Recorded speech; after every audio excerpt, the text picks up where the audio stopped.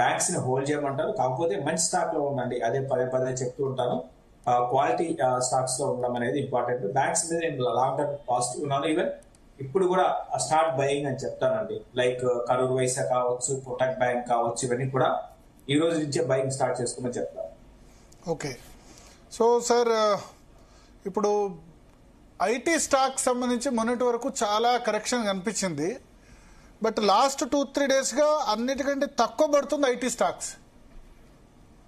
ఈ Iran Israel యుద్ధం start అయిన తర్వాత మొన్నటి వరకు ఆర్టిఫిషియల్ ఇంటెలిజెన్స్తో దీని పరిస్థితి బాగుందన్నారు. ఇప్పుడు అన్నీ పడుతున్నాయి సెక్టర్స్, కొంచెం తక్కువ ఐటీ పడుతుంది. సో ఈ దశలో ఐటీ ఏమన్నా చూడొచ్చా, చూడరాదా?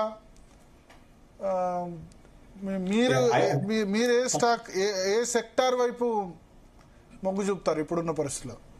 అంటే ఐటీ అంటే ఆల్రెడీ ఐటీ అనేది మనం చూసామంటే ఈ యుద్ధానికి ముందే 1 month లోనే దాదాపు ఐటీ మేజర్స్ అన్ని కూడా 20-22-25% కరెక్ట్ అయినాయి. కాబట్టి ఐటీ కంపెనీస్ అన్ని కూడా బాగా కరెక్ట్ అయినాయి. సో దాని కారణంగా ఐటీ కంపెనీస్ లో కొంచెం ఒక లాస్ట్ 2 days గా మార్కెట్ పడుతున్నా కూడా పెద్దగా పడలేదు. బట్ ఐటీ కంపెనీస్ కి ట్రేడింగ్ పరంగా ఏమైనా ట్రై చేయొచ్చేమో. బట్ లాంగ్ టర్మ్ ఉద్దేశం ఉంటే నేను ఐటీ కంపెనీస్ ని పదే పదే చెప్తూ ఉంటాను. ఐటీ కంపెనీస్ మీద నేను అంత పాజిటివ్ గా లేనండి. ఎందుకంటే అన్సర్టనిటీ అనేది చూస్తున్నాము, తర్వాత ఆర్టిఫిషియల్ ఇంటెలిజెన్స్ అనేది చూస్తున్నాము, తర్వాత ఏ రోజుకి ఆ రోజు భారీ చేంజ్ టెక్నాలజీలో అసలు ఎవరు ఊహించని చేంజ్ అనేది వస్తున్నాయి, ఇంకా వస్తాయి కూడా.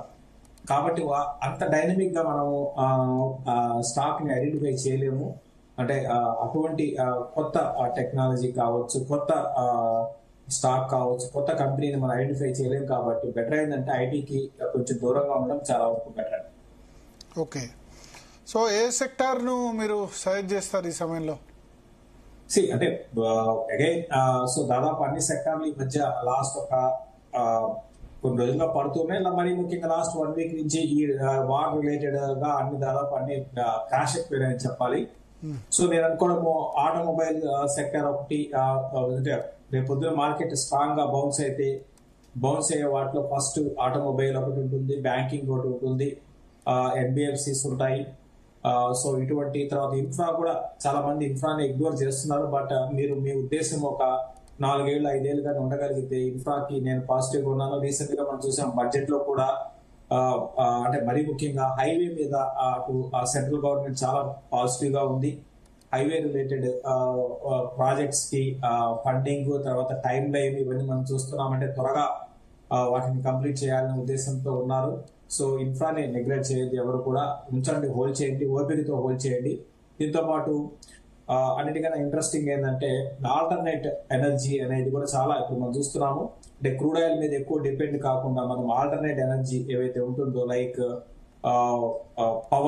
ఆల్టర్నేట్ పవర్ చెందిన కంపెనీస్ ఏవైతే ఉంటాయో అటువంటి కంపెనీస్ కూడా మంచి అంటే ఈ టైం ఇది ఒక పాజిటివ్ అంశంగా తీసుకోవచ్చండి.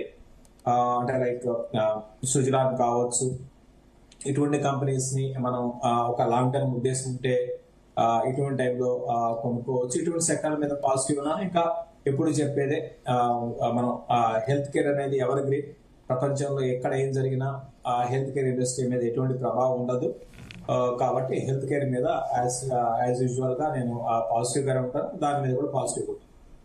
ఓకే సార్, ఎఫ్ఐఐస్ పరిస్థితి ఏంటి సార్? ఇవాళ కూడా దాదాపు 6,345 కోట్ల సెల్లింగ్ చేశారు.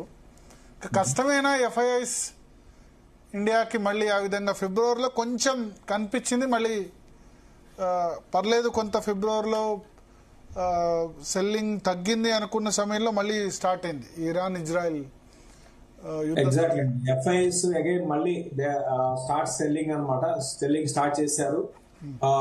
సో నేను అనుకోవడము తగ్గొచ్చండి. ఎందుకంటే ఇప్పుడు ఫిబ్ తో కలుపుకుంటే దగ్గర దగ్గర జూలై నుంచి, అంటే మీరు లెక్కేయండి, లాస్ట్ ఇయర్ అంతా జూలై నుంచి డిసెంబర్ వరకు ప్లస్ జన్ మార్చ్, సో అంటే 2 నెలలు. మార్చ్ కూడా నాకు తెలిసి నెగిటివ్ అవుతుంది.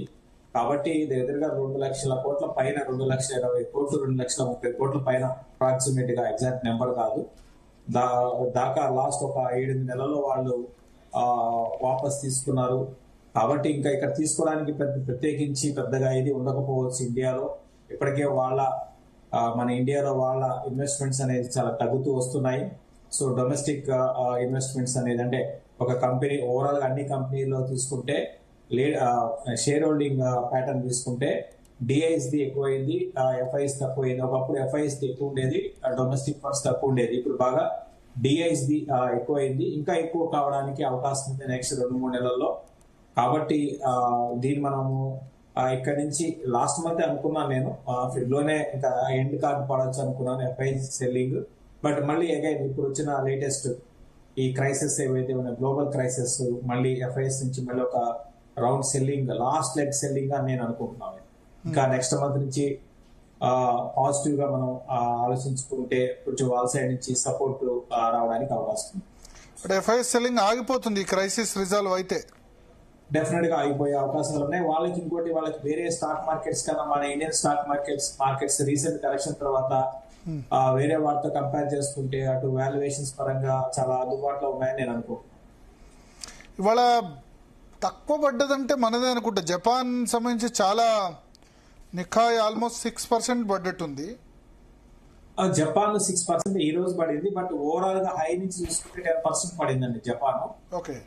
మనది కూడా 9%. జపాన్ మనం ఈక్వల్ గా హై నుంచి చూసుకుంటే అంటే ఈ రోజు మాత్రం 6% పడింది. అది మీరు చెప్పింది కరెక్టే. బట్ హై నుంచి చూసుకుంటే మాత్రం 2 ఈక్వల్ పడ్డాయి. కాకపోతే జపాన్ ఎంత పెరిగింది? జపాన్ చాలా పెరిగింది. ఎస్, లాస్ట్ ఇయర్ లో జపాన్ ఇండెక్స్ 45% పెరిగిందంటే. ఇంకొక ఇంట్రెస్టింగ్ ఏంటంటే ఆల్రెడీ లాస్ట్ టైం మనం మాట్లాడుకున్నప్పుడు కూడా చెప్పాం, debt to GDP ratio highest ఉన్న దేశం అంటే జపాన్ అండి. అంటే వాళ్ళకి స్థాయిని మించి డెట్ ఉందండి. అంటే వాళ్ళ జీడిపి తర్వాత వీటి మించి అంటే ఇంకా వాళ్ళు ఇంకా ఫర్దర్ గా డెట్ అనేది పేరుకుపోతే ఎకానమీ ఇంకా మరింత కుప్పకూలిపోయే అవకాశాలు ఉన్నాయి. అయినా సరే అక్కడ మార్కెట్స్ పెరుగుతున్నాయి. సో మనది అంత ఆ విధంగా పెరగలేదు కదా. సో మన మార్కెట్ ఆ విధంగా పెరగలేదు. కాబట్టి మనం జపాన్ ఈ ఒక్క రోజు మాత్రం రియాక్షన్ మీరు అనుకున్న 6% పడింది.